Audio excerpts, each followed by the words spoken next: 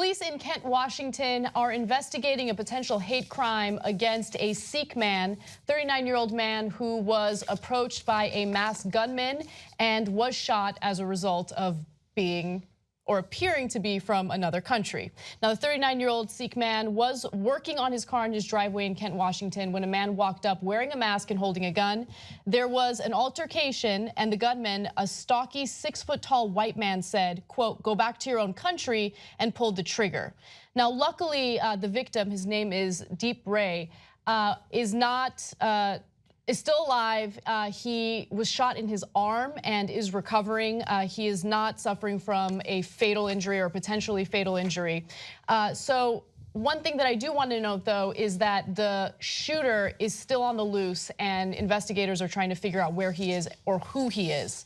Now, a Sikh Coalition interim program manager released a statement about this, saying, "While we appreciate the efforts of state and local officials to respond to attacks like this, we need our national leaders to make hate crime prevention a top priority. Tone matters in our political discourse because this is a matter of life or death for millions of Americans who are worried about losing loved ones to hate." So after 9/11, a lot of Sikh citizens in America, Sikh individuals in America were victims of hate crimes because they get confused for Muslims. Now, whether they're Muslim or not shouldn't matter. Hate crimes shouldn't occur here in the United States, but they do.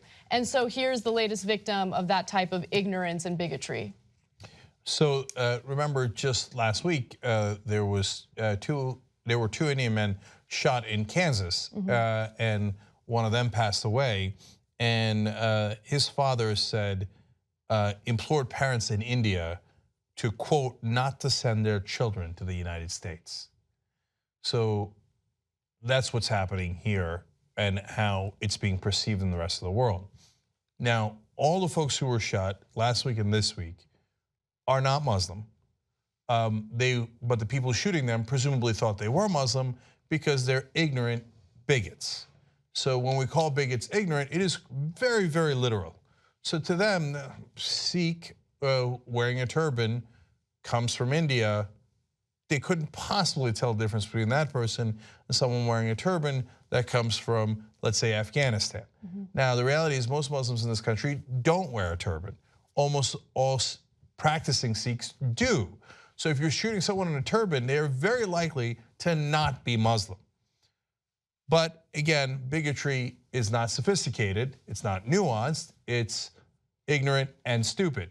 And that's what's happened here. And if you were shooting someone who was actually Muslim, it would make it 0% better.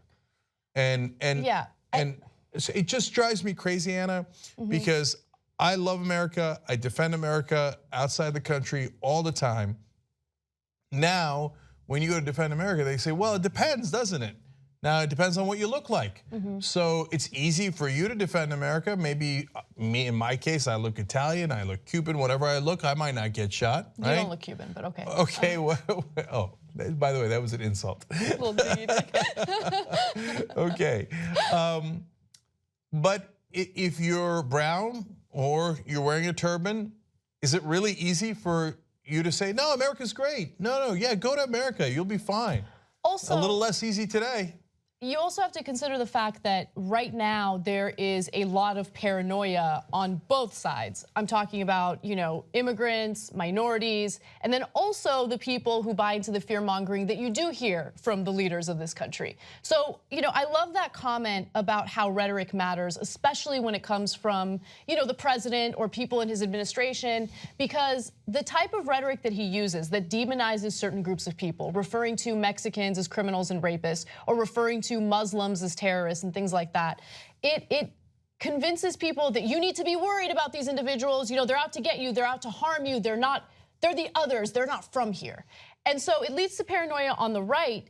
And then when it comes to the minorities, think about it. This 39-year-old Sikh man was just fixing his car in his own front yard, okay? He was at home, and think about what he had to deal with being on his own property, dealing with his own, car. So that kind of story leads to paranoia among minorities, because why would you want to go out? Why would you want to interact with people? Why would you want to have communication with anyone if this is the type of stuff that's happening around the country?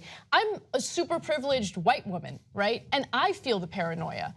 I don't want to be out in public too much. I don't want to be in big crowds, because you hear about these types of stories and this violence that seems to be getting a pass by, federal leaders. And the other part of it is they're thugs and terrorists, right? These guys who are yelling, go back to your own country, before shooting random people that, by the way, might or might not be American citizens. So if they were to go back to their country, they would go back to washing their car in the state of Washington. But to them, of course, it's not about being a citizen. It's not about being an American. It's about race, because that's, to them, is the racism and the bigotry that they dwell in. So, for example, when Trump says we needed a total and complete shutdown of Muslims, he said that during the campaign. Don't pretend it's not a Muslim ban, when that was 100% his intent, and you knew it. And by the way, if you're a Trump voter, you voted for him usually because of that, not despite that. Some of you despite, but most of you because. And then you could say, well, look, we needed to ban these 7 Muslim countries, now down to 6 Muslim countries that Trump did. And then if you don't know, here I'll let you know. If you were ignorant, I'll disabuse you of that now. Those countries have had 0 fatal attacks in the United States in the last 40 years. There's people that come from those countries, 40 years, not a single fatal terrorist attack here. Now there's right-wing terrorist attacks like this all the time. In fact, the guy who killed the Indian man yesterday could easily be categorized as a terrorist. And if he had said, this one's for Allah, and shot a white guy, you would definitely call him a terrorist. So I'm not sure what the difference is, except your own bigotry, because if it's a Muslim, it's a terrorist. If it's a white right-winger, no. So, okay, now I just told you, so the ban is completely unjustified. Those are not the people who attacked us. Even if you think it's some Muslims, they're from Saudi Arabia. 15 out of the 19 hijackers were from Saudi Arabia, and they remain completely unbanned. That's right. For financial and economic reasons, not for national security reasons, okay? So the ban is completely wrong, and obviously based on demagoguery and bigotry. So now if you still agree with the ban, you're no longer ignorant, you're just stupid and hateful. Let's put some watchers on the wall, investigative journalists, to run down the Trump administration and the establishment. You can make that happen. TYTnetwork.com/go.